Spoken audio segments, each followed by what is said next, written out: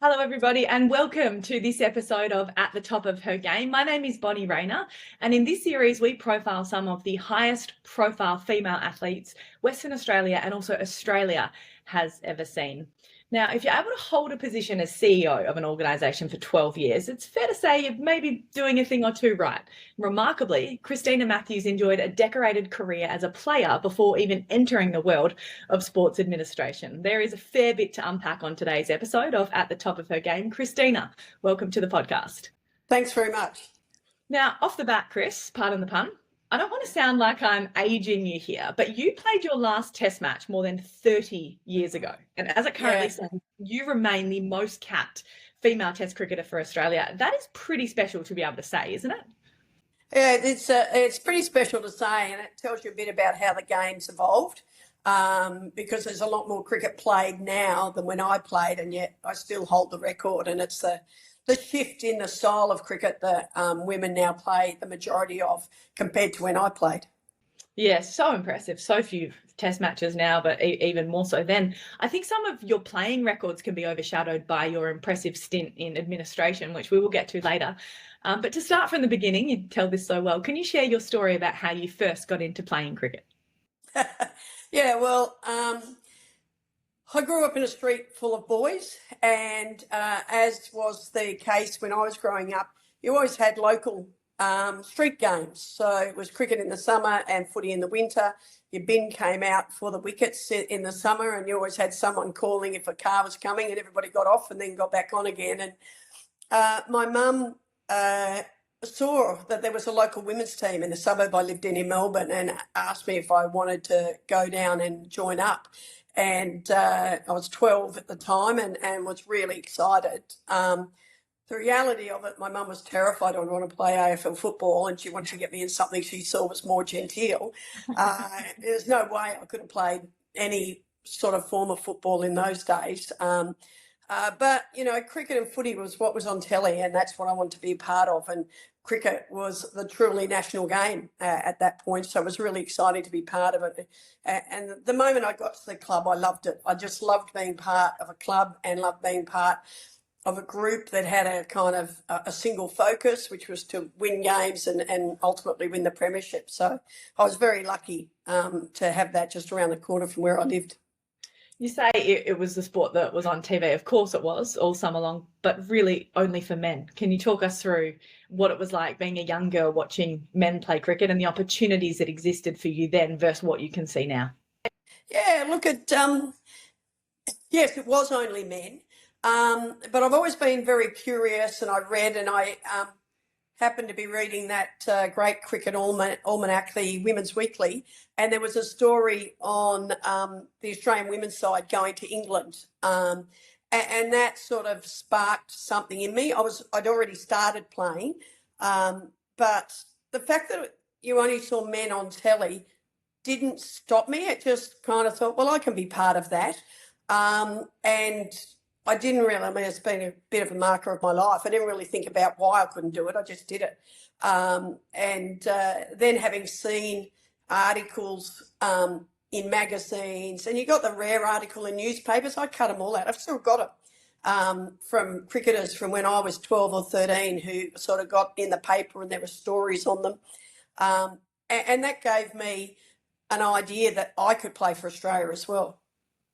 Yeah, I think that's a very good summary by yourself, that you've never seen any barriers, and it's no wonder there hasn't been a ceiling to what you've achieved. Now, we've heard some very funny stories over from females who have played in a similar generation to yourself about, wearing the culottes or getting billed for overseas phone expenses by Cricket Australia from the 97 World Cup winning side, rolling their own wickets even when they'd rock up to grounds after a 5-day train trip to get there. Do you have any pearlers like that yourself? Well, I was manager of the 97 tour, and it wasn't Cricket Australia because we were still Women's Cricket Australia then. So they billed us, and they went through it line by line, let me tell you. And we were away for Christmas. I think they even went through it on Christmas Day. But that was the nature. We couldn't afford to lose any money. We were paying to play at that point. So every time we played for our state or for Australia, we'd get a bill at the end of the tour to pay for that. as time went on, when I was playing, your uniform started to be part of that rather than extra cost. So your blazer and your cap and all that sort of stuff was extra on top of the tour levy. Yeah, it was an amazing time because you look back now and what the girls have now, and it was pretty ordinary. And the accommodation we had in some places was bizarre. When we went to England in '87, there was a bit of a rumour that we wouldn't be able to go because the English Women's Cricket Association couldn't afford the tour. But they worked out that if they only put us in hotels for the actual test matches or international one-dayers, they could probably get through it. So every other game we played, we were billeted. And that meant some players staying in caravans on front yards of people, some players having to share a double bed, bizarre circumstances. But every host nation had to give the visiting players a daily allowance. And so when we went to England, our daily allowance was £2 a day.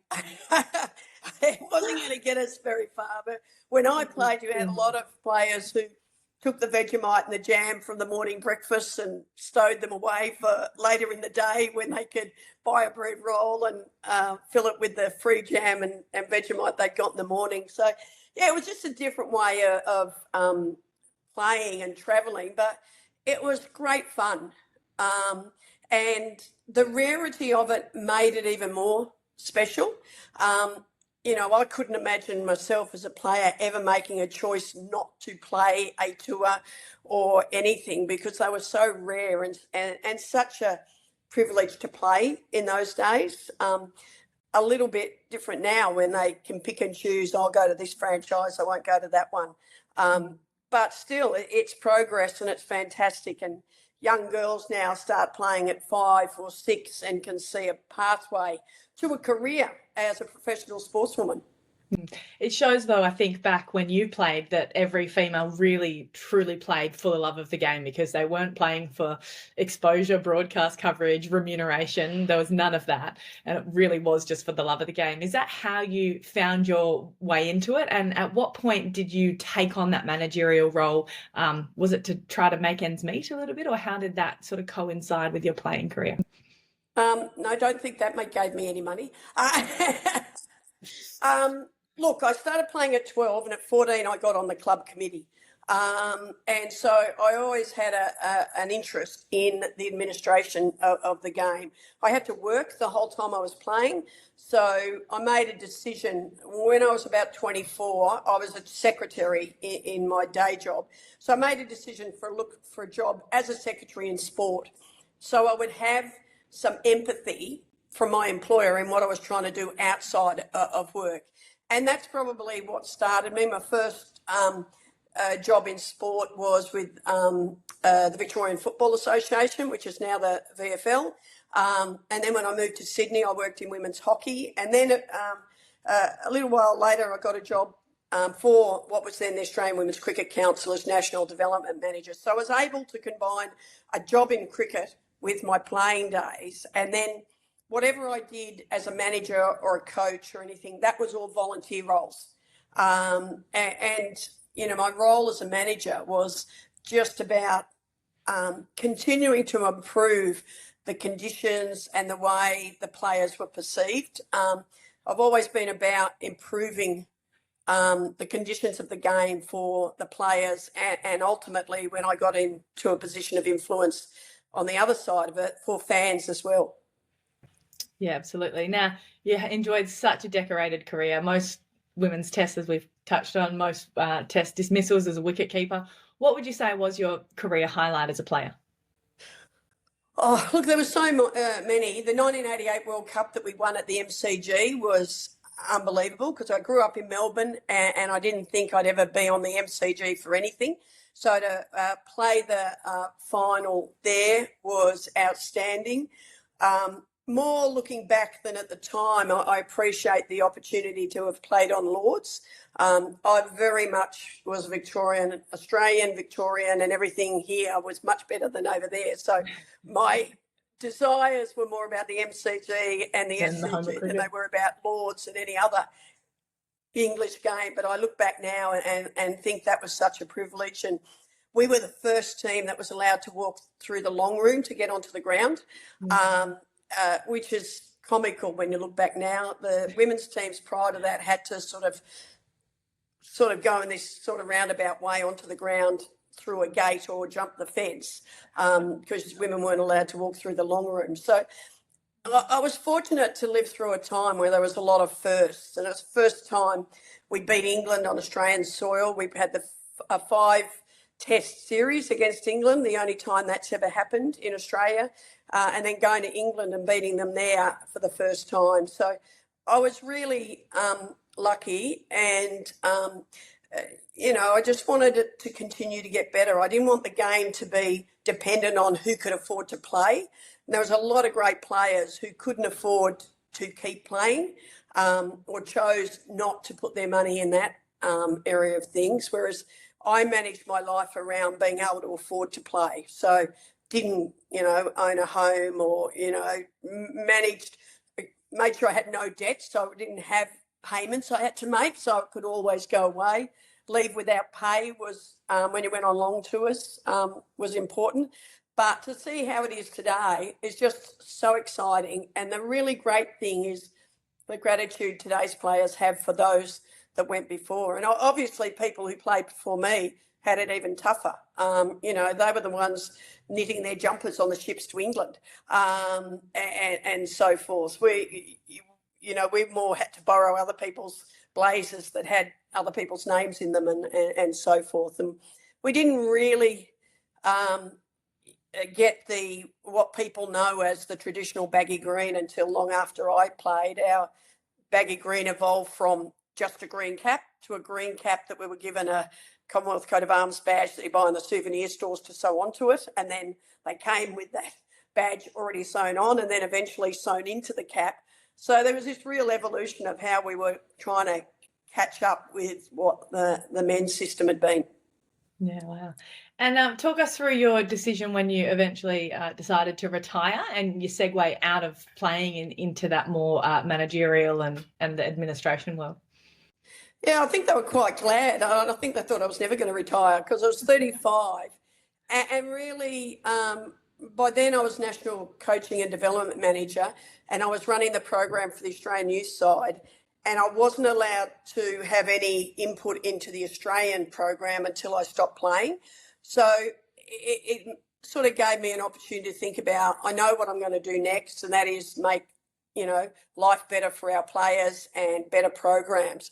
So I was able to make a decision to move on, knowing I was still going to be involved in the game. It wasn't easy. And in fact, when I retired from my CEO role, I used the same framework, which was, making the decision, announcing it, and giving myself time to work into it. So the season I finished playing, I said at the start of the season it was going to be my last. So by the time I got to the end, I was used to it rather than holding on, no one knowing, and then you announce it. It just makes me a bit freer. Yeah, it's a very good mindset to have. So I'm sure there has been a couple of gigs in between the CEO job and your first gig that you just mentioned, but moving to the CEO job that you'd take up at the very beginning of 2012, what shaped the pathway for your move into that position? Not that I knew it at the time, but being chair of selectors of the Australian women's team was a really important period for me when I became a CEO. Most people don't realise the majority of the time, the majority of the work as a CEO is managing people. And so when you're chair of selectors, it's really important that you're managing people's excitement in getting selected and also their disappointment in not being selected. That was all about when someone got in the team, you made sure they knew what their responsibilities were and why they were in the team. And equally, if they got dropped, giving them some idea of what they needed to do to improve to get back in again. And that was a really important practice run for being a CEO and having to manage, nearly 200 people, players and staff, and the different challenges that come with those individuals. But I was General Manager of Commercial Marketing and Communications before I became CEO in New South Wales. And that gave me a strong understanding. I worked closely with the CEO of what to expect. Every situation's different, and one of the things that I always try and implore people to do is to observe people and understand what you like and don't like about how they do things, and that'll help shape the way you want to present yourself. Yeah, little were you to know what was to come in terms of the enormity of the role you take on. We'll delve right into that after this short break. You're listening to At the Top of Her Game. I'm lucky enough to be joined by Christina Matthews on today's episode. Now, Chris, through your time as CEO of the organisation, there were some enormous milestones: 5 men's Big Bash titles, a women's Big Bash title, a drought-breaking WNCL triumph, a drought-breaking Shield, too many 50-over titles to count, the rebrand to WA Cricket, the move to Optus Stadium, and more recently, the WACA ground redevelopment as your finale. Throughout your period, what were you most proud of? Oh, look, I think you look at things and you're proud of it as a collective. Sort of one part doesn't happen with the other. It was really important that we had successful teams to be able to change things off the field. So, you know, being able to look back and say we won 16 titles in 10 years, 14 men's, two women's, gave me an opportunity to change things.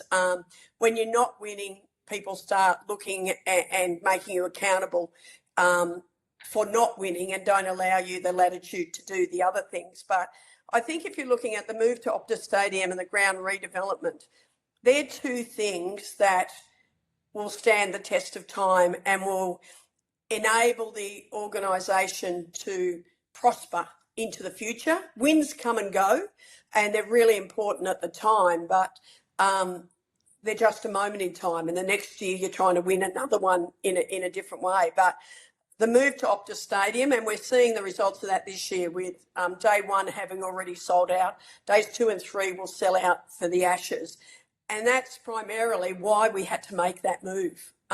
You can't just decide in 1 every 4 years you're going to play at a stadium. You have to build a fan base and get people used to it. We would have hoped to have had that 4 years ago, but COVID kiboshed that. But we've had enormous success at that stadium, particularly with the Perth Scorchers. People are used to it. There are people who still want those games to be back at the WACA, but that's romantic, emotional response. The move to Optus will be one of the great things for WA cricket commercially and in terms of building our fan base and our membership base. Our membership area this year will be at capacity. That's 12,000 people, and we used to have a capacity of 5.5. So commercially, it's a fantastic thing. The redevelopment, we were badly in need of upgrading of facilities. We own the ground ourselves, or WA Cricket owns the ground.